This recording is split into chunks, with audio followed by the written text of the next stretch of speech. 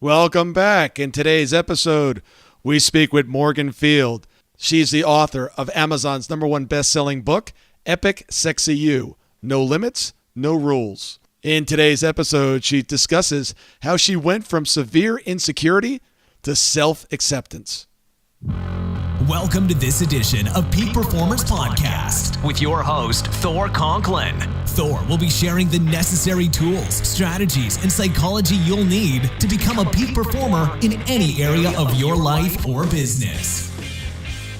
Thor Conklin here. We give you the tricks, the tips, the tools, the strategy, the technology, and the psychology peak performers use in order to get more done and execute at the highest level. If you know what to do but struggle with getting it all done, or simply want to raise your game to the next level, this podcast is for you. Sit back and enjoy.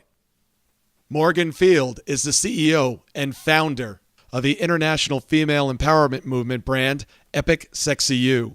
She is an award-winning intuitive life coach and the author of Amazon's #1 best-selling book, Epic Sexy You: No Limits, No Rules, which helps women fall madly, deeply in love with themselves so they can get busy living while creating and sustaining a life, body, love story, and business beyond their wildest dreams. Morgan, thank you so much for joining us today. I know the audience is going to absolutely love what we have to say today. Unbelievable job. I just got done reading your book, Epic Sexy You. What an amazing job you did. Thank you for that. Aw, thank you. Thank you so much. Yeah. I saw the quote. We were just talking about the quote you left on Amazon. And it was really, really cool. First of all, thank you for taking the man challenge. There are a lot of men who said, I know this book is for women.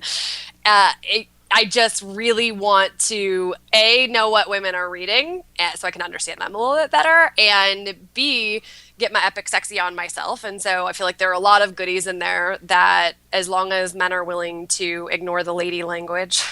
The sister friend, a guy just told me the other day, was reading it, and he was like, yeah, it's a lot of sister friends in there, but other than that, really good. So thank you. I really appreciate that. And the feedback that you gave, that you left on Amazon, that comment, it really touched my heart. It made me even happier to do what I do for a living, to really help women love themselves so that they can be loved, to receive the love that an amazing man like you has to give. Well, thank you. I'm not one to give compliments, but I do give observations all the time. Seriously.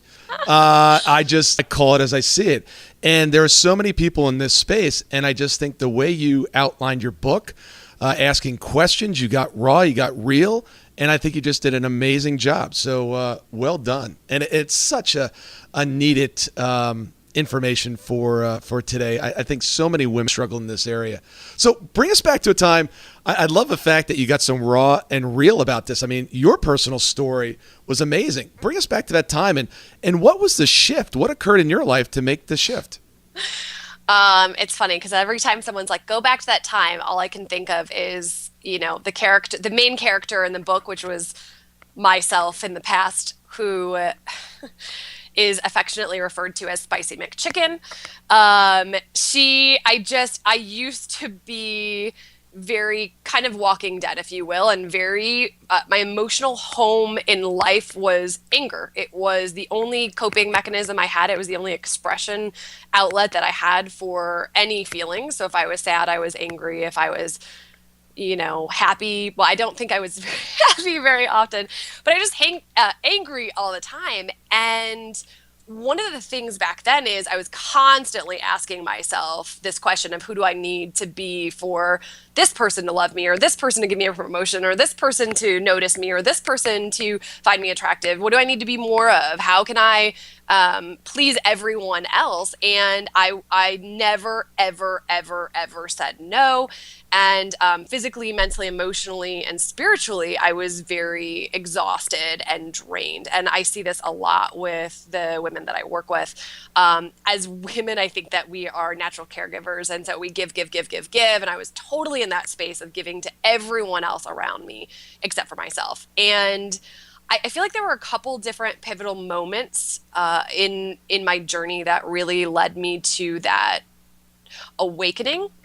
One was the fact that, I mean, physically, I feel like our bodies are like these brilliant machines, and they tell you, they give little warnings like, you get a cold, like, okay, slow down a little bit because, you're going a little off path. Or, all of a sudden I would be diagnosed with an autoimmune disease. I was like a walking autoimmune disease, a walking ball of inflammation. So I was constantly diagnosed with like rheumatoid arthritis and sinusitis and fibromyalgia and asthma. And after a while, you're like, what is going on? Like, what physically, I got to the point, I was 30, and I remember sitting in a doctor's office, and he diagnosed me with fibromyalgia. I'm just like, all of these things are tied together. My body is trying to tell me something. All right, I'll listen. And granted, I mean, I smoked. I was a really compulsive drinker. I never stopped after one. And so I kept realizing too, all of these patterns that I was just very unconsciously stuck in. That's why I call it The Walking Dead. It was like kind of slowly waking up and going, hold on a second, these are all patterns. And the type of on top of the body that was really just in so much pain, and just not feeling comfortable being in my own skin physically, literally, which is another very common thing that I see with the women that I work with. On top of that, I wanted more than anything to be in a very loving relationship. It was the thing that my soul craved it and yearned for it. And I kept dating what I call toxic ass clowns. Like, they were just one addict, liar, cheater after another. Or if there was a guy who was a nice guy that I would be dating, I wasn't interested. So my picker was off. My magnetization, I was magnetized towards the wrong people. And on top of that, I would, if there was a nice guy and he lived in another state, I would date him. So I was constantly choosing unconsciously these individuals who could never really get close to me. And the breaking point on that was I thought I had, I felt like I was like, I could do this all on myself. I don't need to see a therapist. I don't need to, I don't need any help. I'll just figure this out myself. And I thought I had figured some things out myself. And I was dating someone who I thought was a really nice guy. And I was so proud of myself. I was like, look at this. I've changed this pattern. And it turned out that he was married. No, although I definitely have attracted some really crappy selections in that as well, where men have lied. And yeah, I mean, I've run the gamut. He wasn't married. He was seeing another girl in the same office that I worked in, who was one of my closest friends. And he knew she was one of my closest friends. And I hadn't said anything to her about dating him because it was a relatively new, we'd been dating for about a month. And I just didn't want anyone at the office to really know that we were seeing each other. And she kind of did the same thing. And her and I went out to dinner. And so, I mean, just what an insecure individual that needs the attention from two women that are friends in order to feel good about himself. And so that was when I was like, that was a breaking point where I was like, okay, so I'm going to need some help here. And I started seeing a therapist and then worked my way to life coaching. And really, I was my first client. And that's really the point of the book is I feel like we don't share our shitstorms with people. We keep them to ourselves, or we sweep them under a rug. And all that does is it causes, secrecy breeds shame. And so I'm an open book. I'm like, let me share with you. Let me, really lead the pack and pioneer this and just show you that someone who, when you meet me now, if you were to hear the stories, you may not believe it because of how confident I am, how comfortable I am in my own skin. I genuinely, I'm incredibly beautiful and sexy, and I love my life. And that could not have been further from the truth when I first started my journey. Yeah, I think all the audience needs to do is just check out your Facebook page, look at some of the videos. When you said that you were constantly angry, I was like, wait a second. I think I got the wrong person on the show. I would never have expected that. So I didn't have any coping mechanisms at all other than alcohol, cigarettes, and work. I was very addicted to work. That was where I was really good at it. And so all of my significance derived from that. And so I didn't really know how to process any emotion. So I feel like as I learned to actually release emotion, let go of things, a lot of the stuff I learned in therapy, a lot of healing, and then in coaching, it was constantly, how do we move forward out of this? Who do you want to be? What's the who that you want to create? Who would you be really proud to be? When I started asking myself all these questions, anger was nowhere in that profile. And so I made a conscious choice and fought to become the who that I am today. And yeah, I mean, anyone who meets me now, actually, yeah, they're pretty baffled. I was in a real estate course just because I'm super nerdy and I love learning, and I have no idea what I'll even do with it. But I just remember being in the course and sitting there and just absorbing this information. And a girl walked by and wasn't paying attention, and she spilled her tea. She spilled my tea all over a Coach bag that I had, and that trigger to anger, came for like a half a hair of a second. And I was just like, oh, we don't go there anymore. Like, that is such time wasted. You did that for 30 years. You're good to go, sister. And immediately just autopilots this brand new neuro pathway into whatever. Like, what can you do about it other than focus on the solution? So yeah. And one of the girls in the class was like, I cannot believe that you just, like, she's like, the girl didn't even say she was sorry. She didn't really acknowledge it. And another woman who was watching said, I can't believe that you were so calm about that. And I said, well, what else are you going to do? I mean, it's such a small, minuscule example, but it's something that in the past I probably would have really lost it, which is basically handing all of your power away constantly. So yeah, so now I keep my power to myself, and it's going to be rare that you ever see me without a huge, like, shit-eating grin on my face, because I just love life and I've got a sparkle in my eye, and it's like I know the secret, to happiness, and I want to share that with the world. I concur. The transformation really came pretty quickly. I mean, if it's only been 3 or so years, what helped you besides therapy? Anything in particular? Yeah, I feel like, so life coaching was the biggest piece. I think that's why I was pulled to become a life coach. Was therapy is incredibly healing and allows you to go, okay, what happened in that past that has you so stuck? Because when you can't move forward, there's obviously something that is in your past that you're really anchored in. And life coaching is all about moving forward. So as you're healing your past, as you're clearing, life coaching is, I remember being asked questions that I had never been asked before, that I never gave myself permission to ask myself, because I was always told what type of person I should be in my brain, right? So like in my brain, it was like, okay, who does your mom need you to be in order for her to love you? Who does your dad need you to be? Who, if you're going to be the best sister, who does your brother need you to be? Oh, okay, so this friend, what is this particular friend? Who do they need you to be? And my boss, who does my boss need me to show up as? When I was in the corporate world, I had at one point 6 employees. Who does each of these people need you to be in order for you to really help? And I was like, well, hold on a second. You're drowning. Who do you need to be for yourself? And the more that I decide, really it's a conscious decision. It's a commitment. And one of the biggest pivotal pieces that completely allowed the past 3 years of my life to be such a game changer. The day that I walked into the corporate office that was comfortable and safe and secure, and I was making a lot of money, and I had so much clout. I'd been working there for so long. I could have had any job in the company. I had done leadership. I had done, the highest sales level that there was. And I walked into the office and was like, yeah, I've been doing some soul searching. I don't think this is for me anymore. And that day, the freedom that I had, because I basically said, I am going to embrace what I feel like I was put here on the planet to do.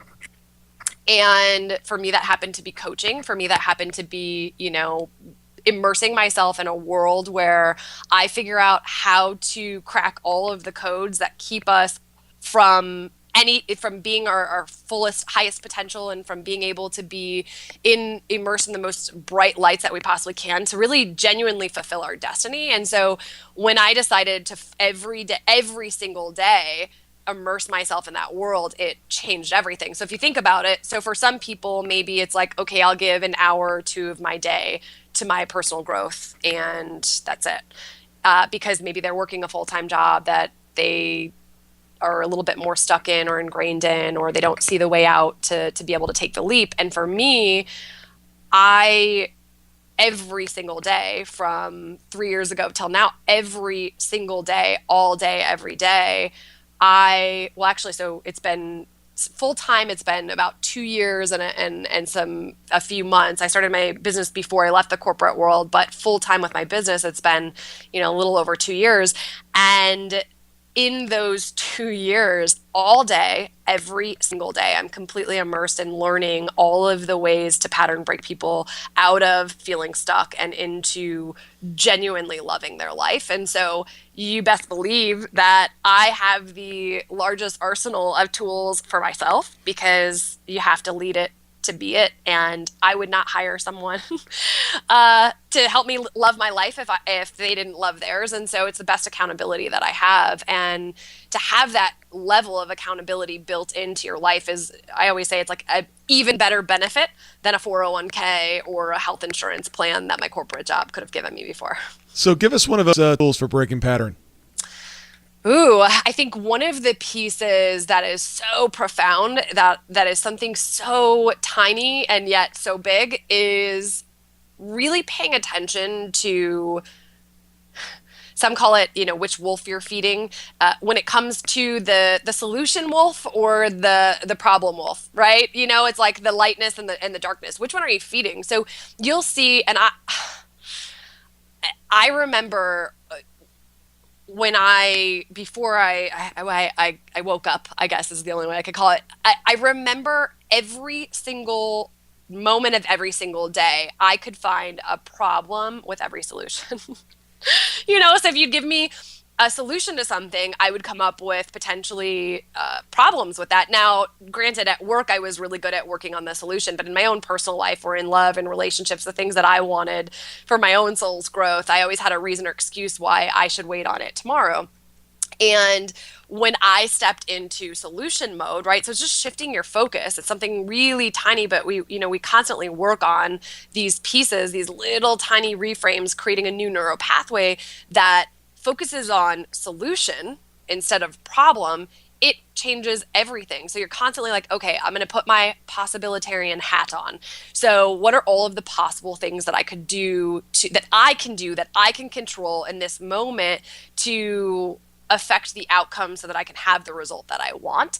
And I feel like when you're focused on the problem, or why is this happening to me, or what I affectionately refer to as, for my ladies, I call the avatar Victima, and for my gentlemen, it's Victimo. So, when I'm feeling kind of poor me, woe is me, to really pull, quick snap, pull yourself out and go, right, but what's the solution? Like, what can I do?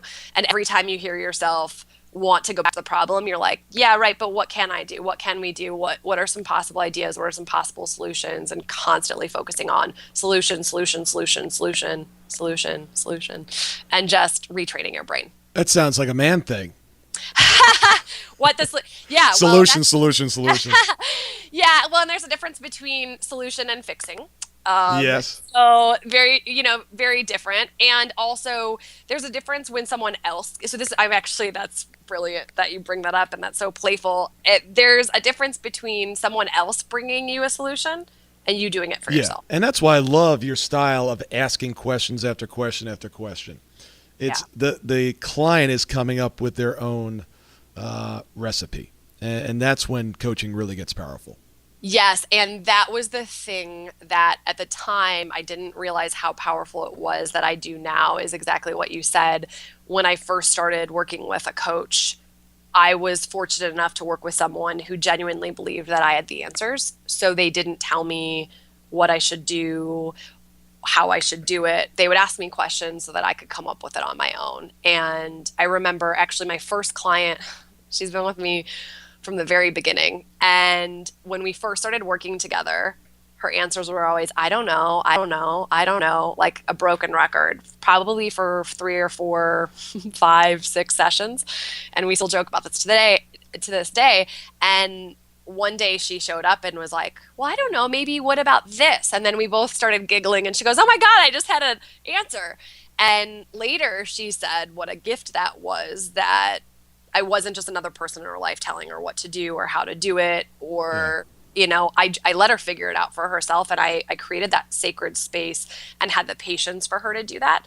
And the reason I wrote the book was I knew that the amount of lives that I want to touch, it would be impossible for me to do just one-on-one.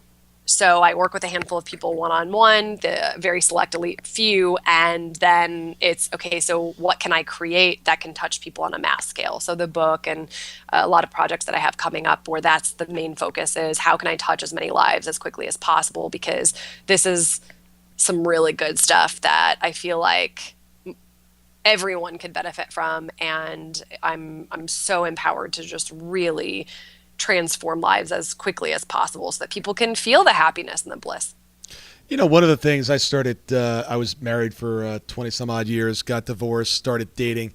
And one of the things that I've saw in the process, and I met some absolutely amazing women, but over and over again, I saw a trend of this lack of self-love, insecurities showing up. What do you see with most of your clients? That's why I love what you put on, your recommendation for the book. What you just said, it's so true. It's and what's the solution? Yeah. Well, the solution is I really feel bad. No magic pill. Yeah, because right? so many were amazing women.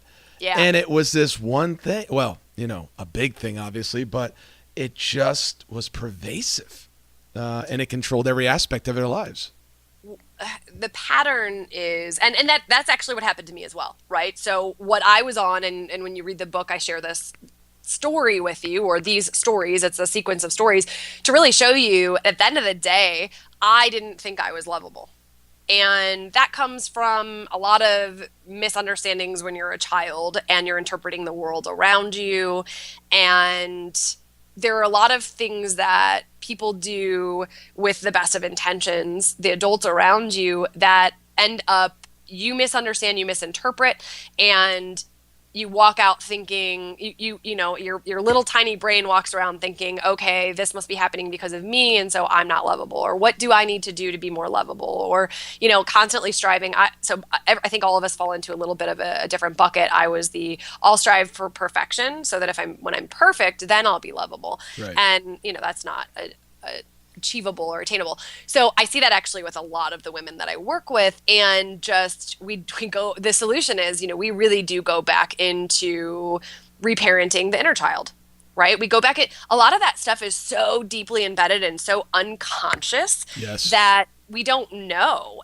It's really just getting people say I have the ability to go deeper than they've ever, like a layer in their onion that they've never even seen or known was there or touched before. And that comes from a lot of my fearlessness. Like, let's just jump in and I'm going to go down deep and down with you. Let's get all up in there and let's clean this out, because really it's this deep, dark secret closet that you just have that you've got a ton of padlocks on, and we're going to open it up. And so the solution is there's really no, I think our society has done a massive disservice with lose weight in 3 days, or lose weight in 2 minutes a day, or, take this magic pill. And that's the solution for a lot of things, is it's like, boom, done, click. And that's not the way this works. Healing and moving forward, it takes time, it takes repetition, and it takes really committing yourself to your journey, committing yourself to the life that you want, really doing a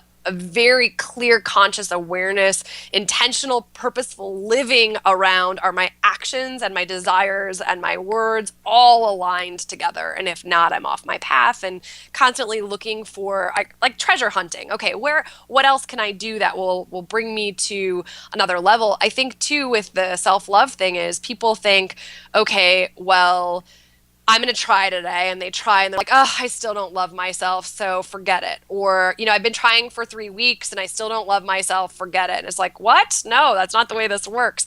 So it's a spectrum. It's a journey. How can I love myself even more today than I did yesterday? competing with yourself, I think, is one of the coolest things versus comparing yourself to others. And so there are a lot of things that in the book you'll see that are just basically ways to get out of your own way. They're just patterns that we've learned from the generations before us that obviously they don't work.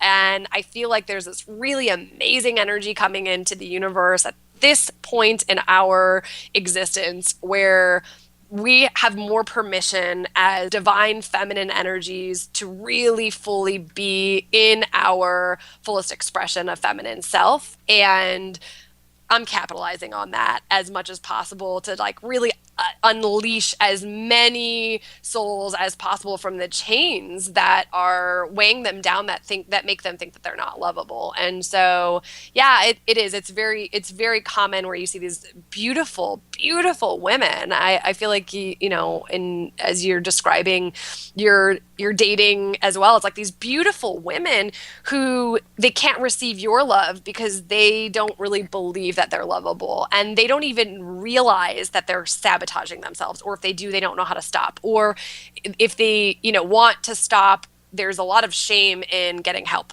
Well, it's interesting. There's so much misinformation out there as well, because I'll be out with a group of women and they said, "Do you think that woman's beautiful?" I said, "Kind of, but she's not my type." And like, "What do you mean?" She's like, "She's beautiful." I'm like, "Yeah, but that's just all on the outside. I don't see any inner beauty coming through." And then I'll point somebody else out. I said, "Now there's a very attractive woman." And they're like, "Oh, she has hair extensions."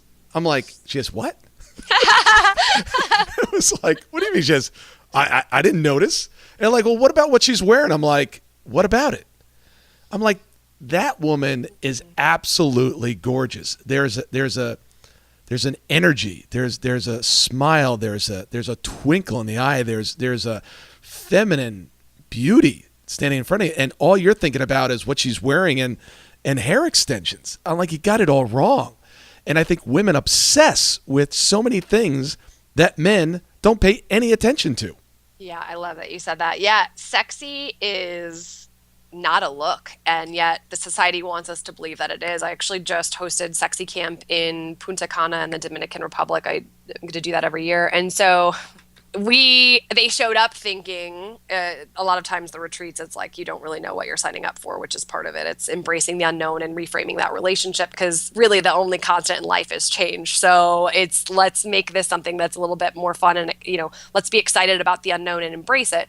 So the women showed up, they didn't really know what they were getting themselves into, and later the feedback was like, "Oh my gosh, I thought we would do things like pole dancing and chair dancing, and here I am crying," and they're like, "But it's like the most liberating thing, because sexy is not a look, it's a feeling." And so it's empowering women to feel sexy right now. You don't have to wait until when. You don't have to wait till you lose weight, until you fit into that dress, until you have your hair extensions, till your nails are done. Like, one of the things I think this probably confuses a lot of women when they meet me as well, if they're in the same space and situation that you said, is I don't need anyone's approval to love me. Someone else could dislike me or say something negative, and sometimes I'm like, "Oh, that's kind of crappy to hear that," or that sucks that you feel that way, but it does not impact my self-worth at all in any way, shape, or form, because I have an unshakable confidence inside me in my own truth of knowingness, and that's that twinkle in the eye. And I can show up in yoga clothes and feel just as sexy as I do in a dress, and just kind of knowing like, which version of me do I want to pop out today. And it sometimes confuses the woman that's in the dress that took a lot of time to get ready. Now, granted, I do my hair and makeup, and I really enjoy, I take that time to do that as a treat to myself, not as a punishment, not as like you better do your hair and makeup or else you're not going to be pretty. It's like, no, I know that there's a difference in the energy when I sit and do my nails and really say, you're worth this, sister. Like, we're gonna make our nails pretty. I mean, each person, it's different. Some people it's like they don't need the nails nails or the hair or makeup, and you see those women too, and it's just like maybe for them it's a certain color that they wear that really makes them come alive. And that's the thing, there is no one thing. That's the thing, right? This goes back to, there is no one magic bullet, and I think that's what everyone's looking for is like, okay, Thor, tell me what exactly is a secret recipe for what a woman needs to look like in order for her to be sexy. And it's like, well, it's not a look. Exactly. And everybody's got their own thing that does it for them. For the last 16 years, I've been driven by the question of why some people achieve amazing results and others don't. The answer? 90% of their success came from their psychology. So if 90% of their success comes down to their psychology, what was the one thing that enabled them to produce the results that others were not? Their ability to execute. Their ability to get things done. Now, we all know how to get things done, but some of us do it better than others. And some of us are not even coming close to tapping our potential. So if you're truly committed to tapping your potential and really becoming a peak performer and getting the results that you need, want, and desire, take your phone and text the word BESUMMIT. That stands for Business Execution Summit. One word, BESUMMIT, and text that to 41411. I'm going to send out some additional information on our upcoming event that will truly teach you the science of execution.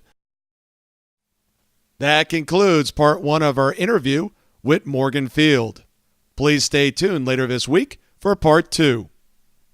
Thank you so much for listening today. I really do appreciate your time, and I hope you found today's show valuable. If you would like to receive these shows automatically to your phone or to your computer, simply go to iTunes and subscribe. After listening to several of the shows, if you're so inclined, please leave us a 5-star rating, as this helps us reach additional people and spread the message. If you're truly committed to taking your life to the next level and doing whatever it takes to become a peak performer, but something's holding you back, something is blocking your way, and you just can't seem to figure out what it is, send me an email to info@thorconklin.com, and I'd be more than happy to get on the phone with you. We'll schedule a 15-minute discovery call. No obligation, no cost. I absolutely love to hear from the listeners, and if there's something I can do to help, I'd be more than happy to do that. Also, if you found something of great interest in today's show and you want to share that with your friends and family, simply go to my Facebook page, Thor Conklin, click on the episode, hit the share button, and share it on your page. You can follow me at Twitter at Thor Conklin. The website is thorconklin.com. We're constantly adding new free resources, discussing additional tricks, tips, tools, and strategies on how to be a peak performer. Remember, I try to keep these episodes short so you can listen to them during dot time, doing other things, commuting, driving, walking, working out. Decide to be a peak performer in all that you do. And until tomorrow, have an absolutely amazing day.